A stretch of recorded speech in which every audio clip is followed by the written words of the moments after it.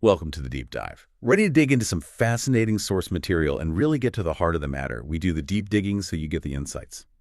Today we're looking at excerpts from Sophie Lane, A Voice Unveiled. It's uh it's this narrative account really following the journey of a young singer. And it's about talent, sure, but maybe even more about, perseverance, support, finding artistry in unexpected places. Yeah, this isn't just a list of accomplishments. The source material, it feels really personal, very emotional, which honestly, you don't always find. So, our mission today, let's unpack this story. Figure out what made Sophie Lane, her voice, her whole path so impactful.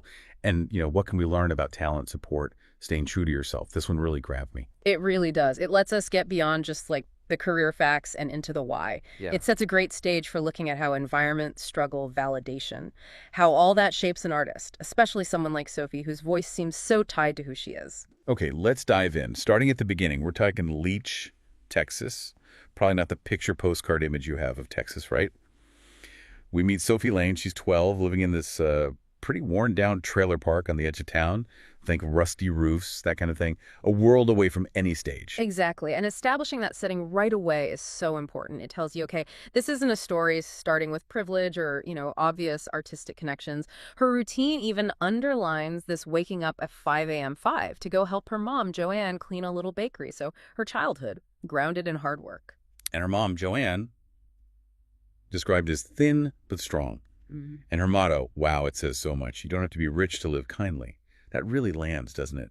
It speaks to this quiet dignity, finding strength even when things are tough. Absolutely. And you see that mirrored in Sophie's social life, or lack thereof. The source says she had few friends, got teased at Winslow Elementary, patched uniform, worn out shoes, just paints this picture of a kid who was kind of invisible, sitting in the back, quiet.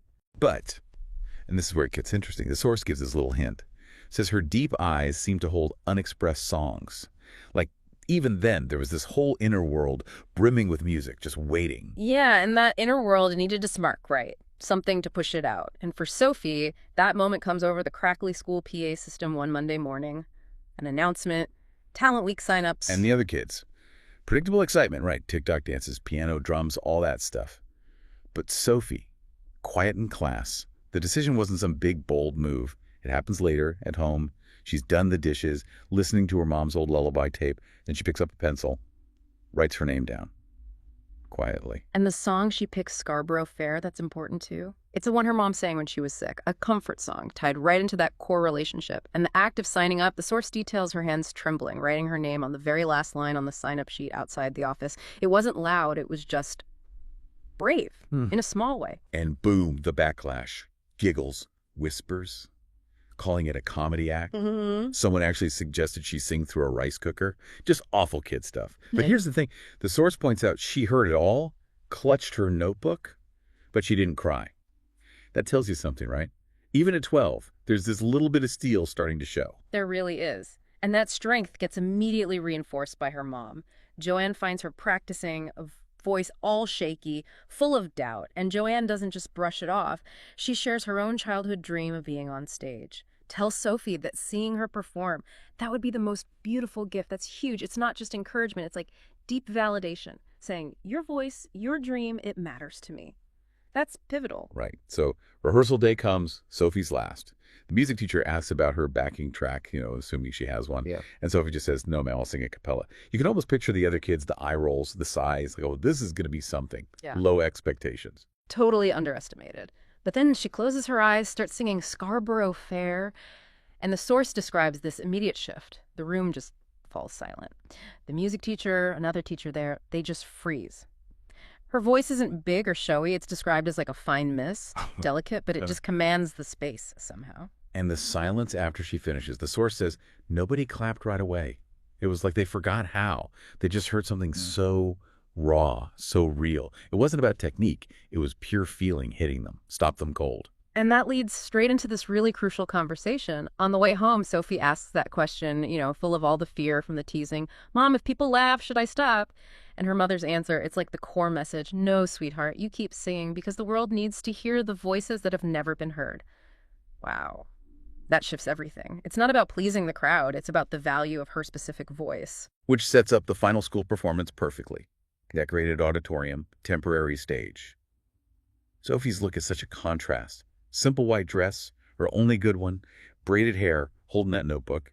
It highlights, the lack of fancy stuff, but also how unpretentious she is. And her mom's right there, even after working the night shift, looking pale but just beaming with pride, holding her hand till the last second. Meanwhile, you've got other kids with dance props, electronic drums, pop songs, mics, spotlights, the works. And Sophie, introduced simply as a solo performance without any background music. The source mentions murmurs, people pulling out phones, probably expecting, I don't know, something quaint or maybe even awkward. So she walks out, legs trembling, lights are blinding. But where does she look? Right to where her mom is, in the third row. She starts singing Scarborough Fair. A cappella. And her voice in that bigger space, the source uses lovely words. Gentle like wind, soft, unpretentious, but heartbreakingly sincere. The whispers die down, the whole place goes quiet again. That strange hush. Specific reactions noted: the music teacher puts her pen down, an older parent wipes their eyes. Her voice, singing this old, simple song, it somehow carried the weight of her 12 years. The source says lost, quiet, hunger-filled nights and unspoken dreams. Not perfect notes, but as the source puts it, just a child singing with all her heart. And that second silence after the last note hangs even longer. 3 seconds. 4. Then the applause. But it's not just loud clapping. The source calls it full of reverence. It starts with one person standing, that older parent, then a whole auditorium gets to its feet. Yeah. Applauding as if to thank something pure. That phrase, thank something pure, it really gets you, doesn't it? It wasn't just for good performance. It was like gratitude for witnessing something truly authentic. It really speaks to how that raw honesty just cut through everything else. And Sophie, standing there, gripping her dress, eyes shiny but no tears. She feels seen, the source says. Not as the teased kid, but as a young artist. That's the key shift. And her mom, standing too, hand over her heart, eyes red but smiling, her belief just totally validated right there. And of course, that kind of pure, unpolished voice catches someone's ear, the right someone. After the performance, Clara Jensen comes up to her, conductor of the City Children's Choir. Turns out Clara was actually there for her own daughter's act, but it was Sophie who made her stay. Made her seek her out. Right. Clara invites her to audition at her studio, mentions a special scholarship program. Suddenly there's this actual path opening up, a real opportunity because she sang. And Sophie's first instinct, she turns right to her mom, needs that okay. And Joanne's response is just immediate, so powerful. Go, sweetheart. This is the voice the world has been waiting to hear. That kind of unwavering belief right in that moment, it must have felt incredible. It gives her the permission she needs to step into this whole new kind of scary world. So the studio visit happens. And it's such a stark contrast to Leach, Texas.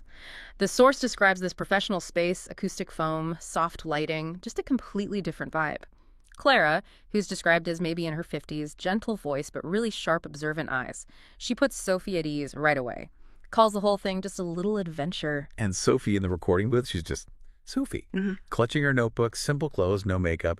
The engineer, Leo, he's a bit surprised at first, maybe a little skeptical. This is the kid kind of thing. But Clara just tells him, just let her sing. And she does. Sing Scarborough Fair again, a cappella. Leo goes from surprised to just still watching. Clara's watching too, arms folded, but her expression softens. Afterwards, Leo's analysis is pretty spot on. He notes the natural talent. Even with no training, she stays on tempo, controls her breath, conveys emotion without, forcing it. He calls her voice real. Not loud, not perfect, but real. And Clara connects that observation back to the song itself.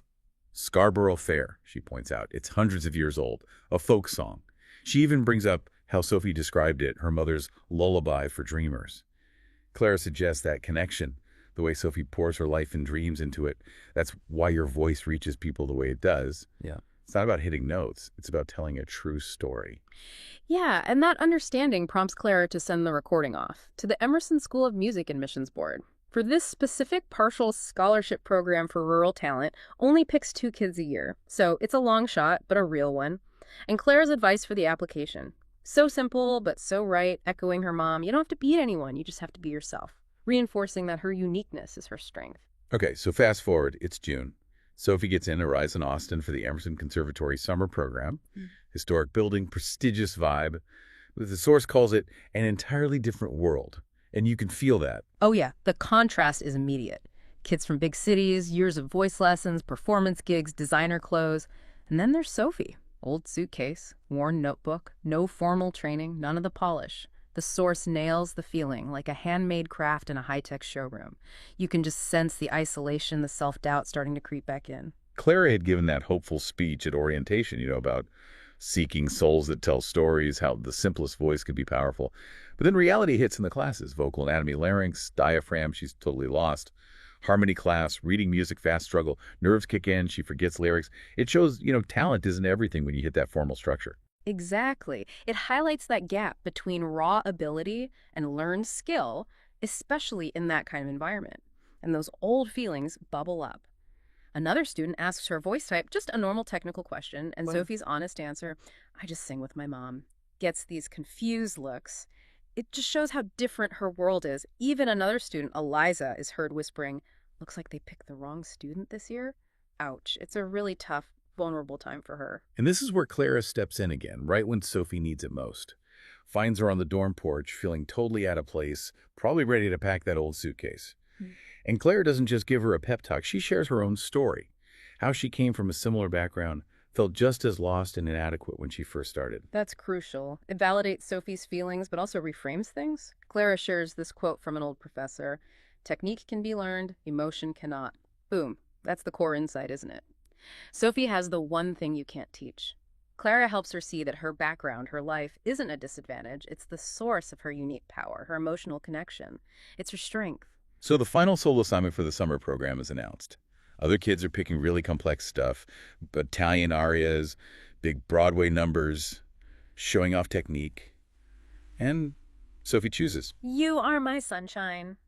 Simple, classic country song, her mom's song. The source makes that explicit connection to her memories, rainy days, bakery leftovers. It's a conscious choice, isn't it? To lean into her truth, her roots, right there in that high-pressure technical place. And in rehearsal, she sings it a cappella naturally. Her voice now described as light as breath, soft as memory. And the effect. Even on the skeptics. Immediate. Eliza stops taking notes. The instructor sighs not in frustration, the source says, but like being reminded why music ever moved them to begin with. Her simple honesty just cuts through again. Which brings us to the grand finale, the Emerson final performance. Willow Hall Auditorium, packed house parents, but also talent scouts, journalists. The pressure is definitely on. Sophie's wearing a light blue gown. A teacher made it for her, such a small, kind gesture of belief. She has her mom's son pendant on. And Joanne, her mom, she's there. Took the night bus from Leach, simple outfit, carrying pastries, and a embroidered handkerchief. The source points out how she sees the other parents in suits, but she's just focused, determined to be the first one on her feet for Sophie. Her presence is just this quiet, solid anchor. The other acts come and go, polished, technically impressive, polite applause. Then Sophie's introduced. "A voice from Lag, Texas," murmurs ripple through the crowd. You can feel the low expectations, maybe pity, maybe curiosity about this folk song act. She walks out, legs trembling again, lights are blinding, but she finds her focus, thinks of her mom out there somewhere, and she starts to sing, "You Are My Sunshine," a cappella. Her voice, soft, low, and true, like a whisper straight from the heart. And the source makes this vital connection. Every word she sang wasn't just a lyric, it carried her life. Long nights without electricity, shared loaves of bread, her mom's tired voice singing lullabies. It was her whole story laid bare, vulnerable, making the song profoundly resonant. And the impact. You could feel it. That silence descends again. People visibly moved, hands on hearts, covering mouths. Clara's eyes are shimmering. And then, the standing ovation. It starts with Joanne, just like she planned. Standing up, hand over her heart, this powerful silent declaration. And then everyone else follows. The whole place gets to its feet. The applause isn't just clapping. The source describes it like waves. Tears are flowing. A journalist lowers their camera, just caught up in the moment. And Eliza, the girl who doubted her, she whispers to her roommate, "I was wrong." That's a huge moment. Authenticity just won. Sophie takes a bow. No trembling now. She feels seen. Not for being perfect, the source emphasizes, but for being real. It's the ultimate validation. Her journey, her voice, everything. And the recognition comes swiftly after that. The very next morning, Clara tells her she has full admission to the year-round program at Emerson. No need to re-audition. Done deal. Her mom just cries pure joy. And Sophie's first thought, her first question, it's not about classes or fame. It's, can my mom come with me? That says everything about her priorities, about where her strength comes from. And Clara's answer is just perfect, sums it all up. "If your mother is the reason you sing like that," she says, "then I think the school would be honored. It's this beautiful acknowledgement that Sophie's art, her voice, is inseparable from her roots, her love, her support system. The source touches briefly on her later success, becoming this renowned singer-songwriter. But the real kicker, the insight that sticks, comes from an interview years later. Sophie Lane, the star, is asked about the most life-changing moment. Wasn't a Grammy, wasn't a sold-out stadium. It was her mom standing up for her at that little elementary school talent show. Yeah, she says, when no one else knew who I was, she did. And for me, that was enough. It just brings it all home, doesn't it? That first unwavering belief was the anchor for everything else, from the back row to the spotlight, from that overlooked voice to moving hundreds to silence. Her journey is just this incredible testament to being seen and staying true. Wow. Sophie Lane's story, reading through this source material, it's just such a powerful reminder, isn't it, that talent, real talent, doesn't always shout. Sometimes it whispers. It doesn't always arrive polished and perfect. Absolutely. It really underscores the value of authenticity, that realness, that connection to lived experience. That's what reaches people emotionally, often more than technical fireworks. Her background wasn't a deficit. It was the source of her unique voice. And the support. It had to be the right kind of support. Her mother's absolute faith. Clara seeing the soul in the voice, not just the notes, and guiding her without trying to mold her into something else. They didn't try to fix her. They helped her amplify who she already was. Yes, those aha moments are so clear here. Talent is tied to truth. Background shapes doesn't limit. Support means seeing someone's unique value. And ultimately, being seen, truly seen for who you are. Flaws, history, everything that's the most powerful validation there is for an artist, for anyone, really. It definitely leaves you thinking, in our world, so focused on polish, on perfection, on fitting in, what unpolished voices, what real voices might we be missing in our own lives, around us? And what stories, what insights, what kinds of beauty are we losing out on, collectively if we don't make the effort to listen past the surface, past the noise and the expectations, to hear those quieter, authentic voices that are just waiting? It's a really powerful question to carry with you. Definitely a lot to chew on from this deep dive into Sophie Lane's incredible story. Truly inspiring.